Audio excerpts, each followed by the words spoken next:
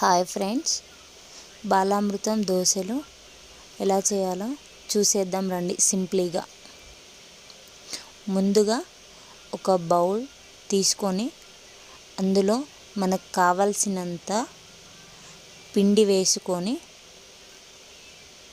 మనకు ఎంత కావాలో అంత పిండి వేసుకొని అందులో కొంచెం టేస్ట్కి సరిపడా సాల్ట్, ఎందుకంటే అందులో షుగర్ ఉంటుంది కదా, కొంచెం సాల్ట్ వేస్తే బాగుంటుంది.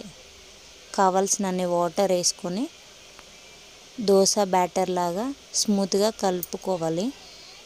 ఒక 2 మినిట్స్ అట్లా కలుపుకున్న 2 మినిట్స్ అట్లా కొంచెం కలపాలి.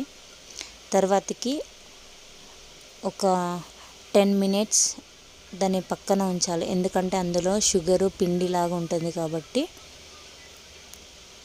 ఒక 10 మినిట్స్ తర్వాతకి తీసి చూస్తే ఇలా గట్టిగా అవుతుంది. అప్పుడు ఇంకొంచెం దానికి సరిపడా వాటర్ వేసుకొని మళ్ళీ దోశ బ్యాటర్ కలుపుకోవాలి. ఒక 1 మినిట్ అట్లా కలుపుకున్న తర్వాతకి గ్యాస్ ఆన్ చేసి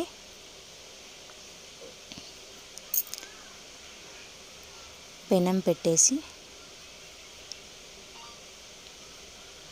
పెనం వేడెక్కాక ఒక స్పూన్ ఆయిల్ వేసేసి తర్వాతకి ఆ దోశ బ్యాటర్ని పెనంపై పల్చగా వేసుకోవాలి.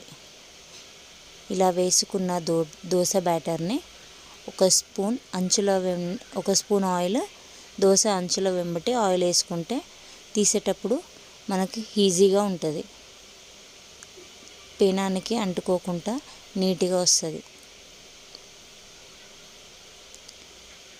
బాలామృతం దోశలు అంటే మా బాబుకి చాలా ఇష్టం.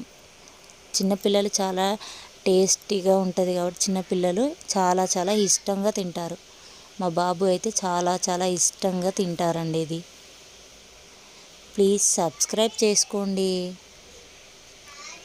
Thank you.